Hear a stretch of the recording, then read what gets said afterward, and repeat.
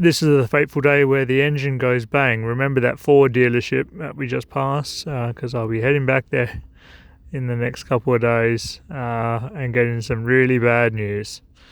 So the idea of today was to head from Port Hardy back down to Campbell River. At this point I was hoping to be back on the mainland for Christmas, but that wouldn't happen.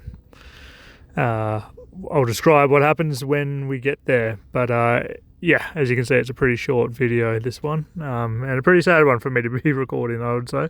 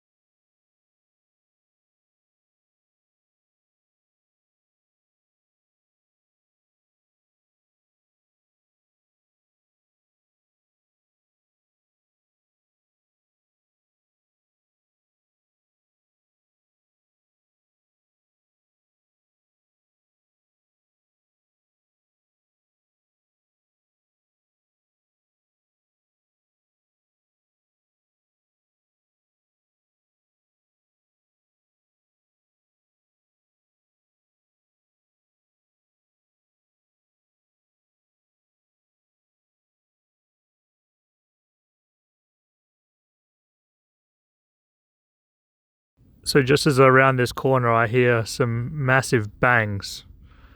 Starts off slowly and then gets progressively worse. So I've sped this up as I try and diagnose what might have gone wrong. I thought that maybe something had fallen. It almost sounded like something had fallen in front of the fan.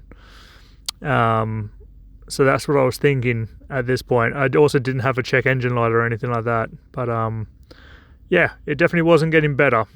So way out of my depth with it when it comes to this van, I decided just to limp it back off the Forest Service Road and back into the nearest town, which was Port McNeil.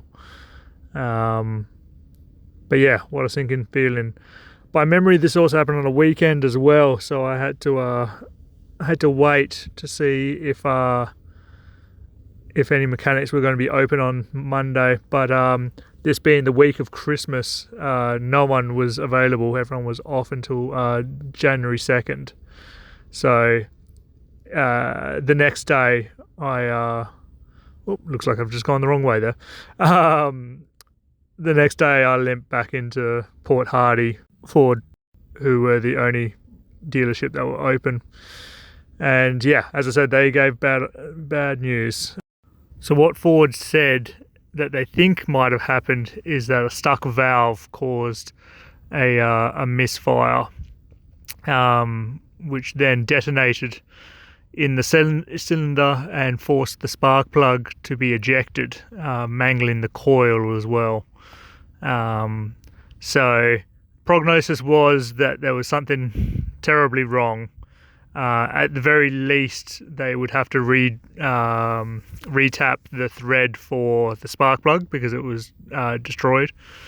And already that's looking at around 5 hours of work just to do that because of how deep the engine sits.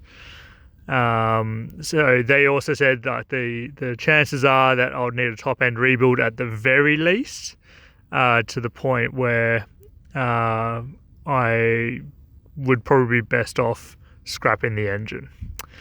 So I ended up doing that. Over the next couple of days, after that, I limp it back down the coast, having to stay in Campbell River over Christmas because I don't dare drive on a public holiday in case I need to get a tow. But yeah, I spent the next week limping down to Nanaimo to catch the ferry back to the mainland, got in contact with some engine shops, and eventually got a new engine installed for the grand total of 10,000 Canadian dollars, which hurts.